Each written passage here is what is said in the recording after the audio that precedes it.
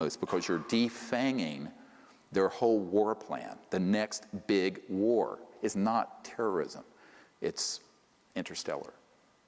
And if you expose that it's a hoax, it takes all the steam out of their plan.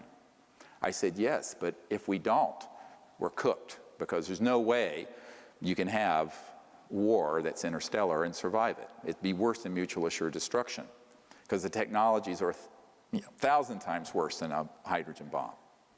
So I said, look, we're going to have to figure out how to deal with this. And the only way I know how to do it is put the sunlight in there and let people know what the truth is. So a man came along. If we go to the next slide. And you probably have seen this. It's up on our website. When we first put it up, it had over 600,000 views. The next day, the intelligence community went in and said there were 6,000 views. By the way, if you believe the metrics on Google and YouTube, I have a bridge to sell you.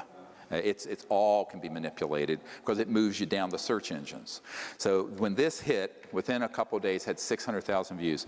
This man, William Pollack, his name is pronounced Powlick, was a man, very good man, who gave me an interview only to be released posthumously after he died.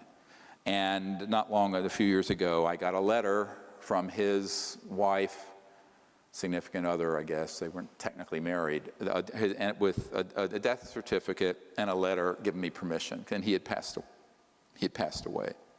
And I have a lot of these, and I honor my word about keeping a confidence. So what happened is that he gave me this interview, and in it, he talks about the development of RF radio frequency chip implants back in the 70s and 80s. And when he was developing, it was totally an accidental thing that happened. He was with a company that developed it. He then got called into the CIA, and they started doing special programs for the CIA to develop it. And at a certain point, Siemens in Silicon Valley manufactured 2 billion of them, with a B, of these RF chips.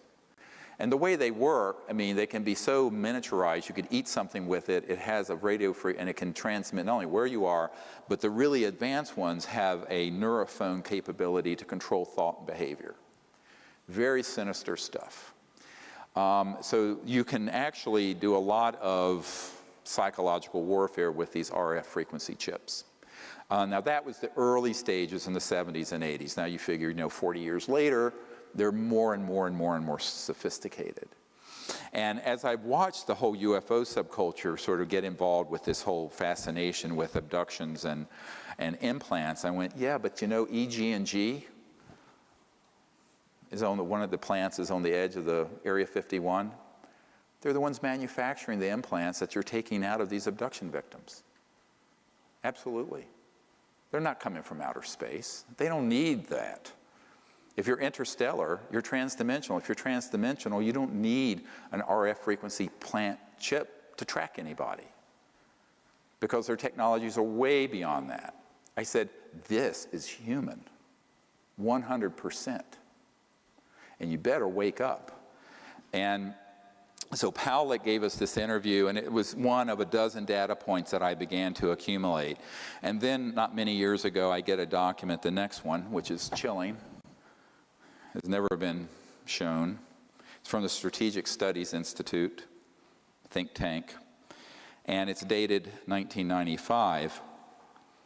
And it was talking about all kinds of global security strategies.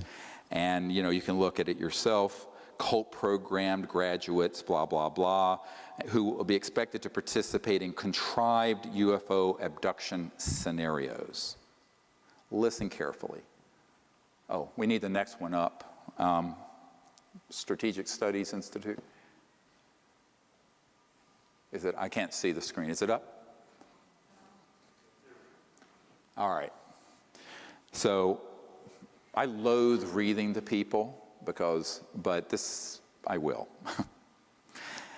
And number 2, create a global UFO cult, which will involve, this is what needs to be done in order to actuate this false flag operation that will involve the abduction of citizens so as to foster an illusion that this Earth is facing an extraterrestrial invasion.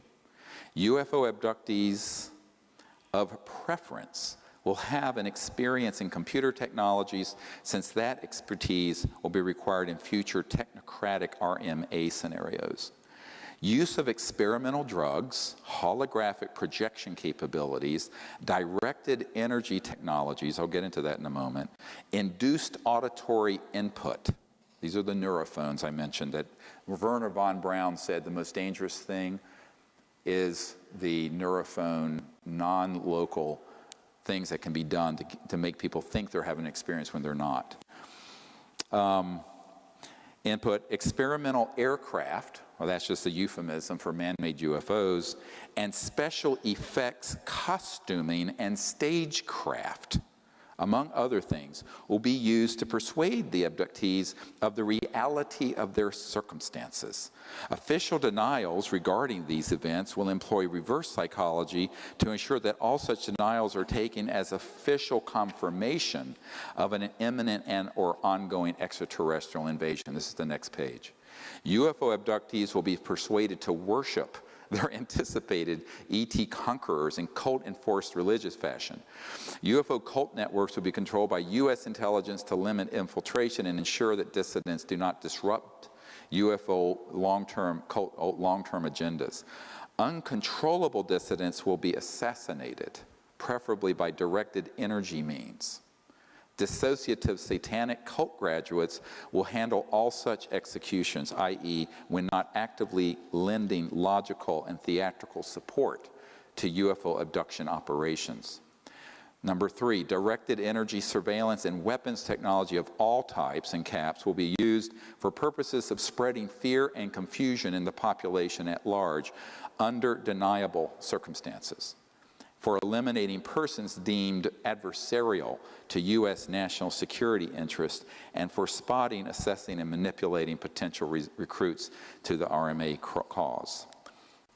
Neurocybernetics and other psychotechnologies will be used to sow confusion and hypochondria in the population. The symptoms and effects produced by these and other directed energy technologies will parallel the effects produced by various microbes, viruses, and chemical imbalances, thus compelling a large segment of society to seek medical intervention, which in turn will be a basis for their being used for medical experimentation under voluntary circumstances. Psychiatrists and psychologists will play an important role in these experiments, particularly where denying the efficacy of cybernetics, psychotechnologies is concerned. Citizens who complain of hearing voices will be used as a basis for generously government-funded schizophrenic-related brain research, on and on and on. It goes on. Now, if you're not falling out of your chair yet, what I want to tell you is that all of that has come to pass and came to pass between the 1950s and the 1970s. A man that I worked with before his death had developed an electronic system in 1956 or 54, that would enable someone electronically to remote view anywhere, and could also affect, some of these have been called radionic psychotronic weapon systems, and they were developed decades ago. Now, how hard is it to deploy them? Not hard. They're not used every day. They're used enough to create a groundswell of conviction that there's an alien threat. So you take that capability, combine it with man-made UFOs, combine it with disinformation in general about the subject, and also certain chemicals, and you can launch an entire contagion of fear that's based on completely man-made false events. So this is the false flag event I wanted to warn you about. And people say, when is that going to happen? I said, it's happened already. It's already happened. The media, the film industry, any UFO conference you go to is going to be filled unwittingly, usually, not always unwittingly, but usually with information that is this kind of disinformation designed to create an us versus them dynamic of an alien threat. And the reason for it is that that is the only way to grow the military-industrial complex. You know, Leon Panetta, the CI director and then Secretary of Defense, but when he was CI director, said, you know, we're spending $110 billion a year chasing down 70 al-Qaeda members in Afghanistan. Ridiculous.